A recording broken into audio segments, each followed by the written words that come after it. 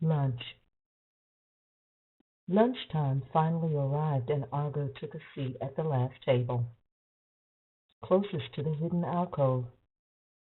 No one sat there except her. Why? Because all the other kids at school were attracted to the auras of the alphas.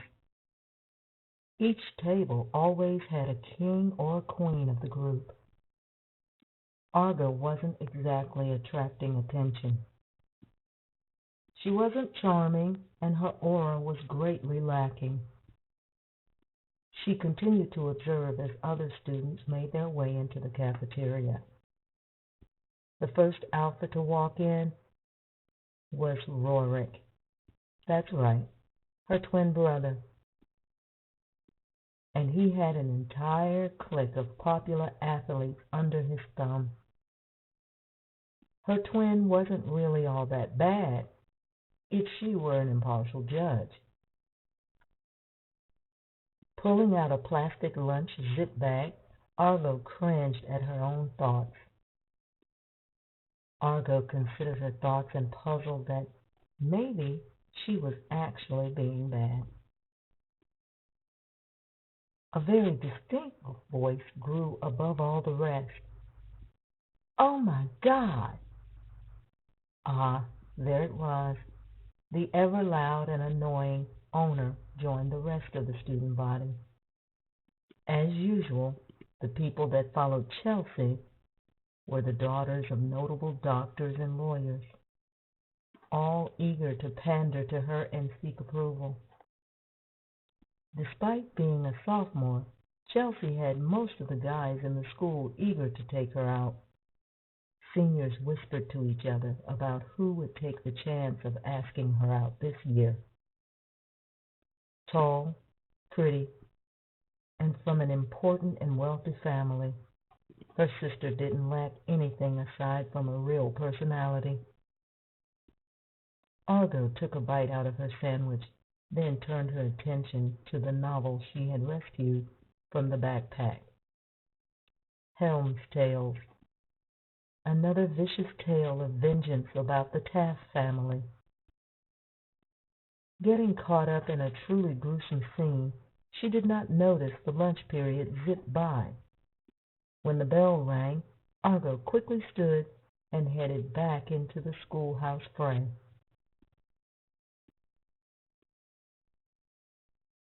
Back home.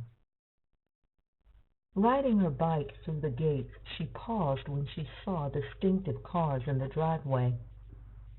Immediately, Argo felt her stomach knot up, an instinctive reaction.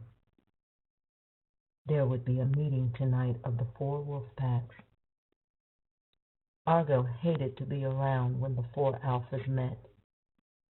The old laws of the clan stipulated that the lowest-ranking person remain kneeling with their head lowered throughout the entire ritual event. Argo began the Omega of the Bellamy family.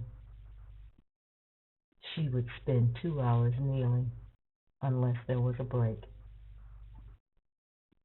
Sighing heavily, Argo reluctantly continued her way up the driveway and entered the garage, placing her bike in the back. She made her way through the side entrance and entered the kitchen. Leticia? Her mother always managed to say her name with just the right amount of irritation. Argo lowered her eyes respectfully and allowed the back of her neck to be exposed. "Yes, ma'am." She walked closer. Argo could feel her cold eyes trailing over her body. "Your father wants you to prepare some hors d'oeuvres for the guests before you join us." Argo silently nodded, but kept her eyes focused on the ground.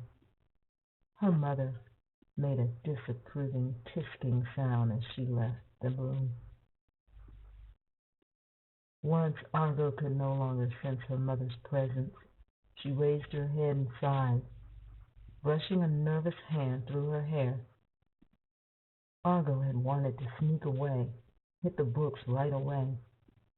She'd even hoped she wouldn't have to deal with the pack meeting at all, but to no avail. Still, there was no point to complain. It was not like anyone would listen, and the truth of the matter was that the worst thing that could happen was that someone would actually hear what she was saying.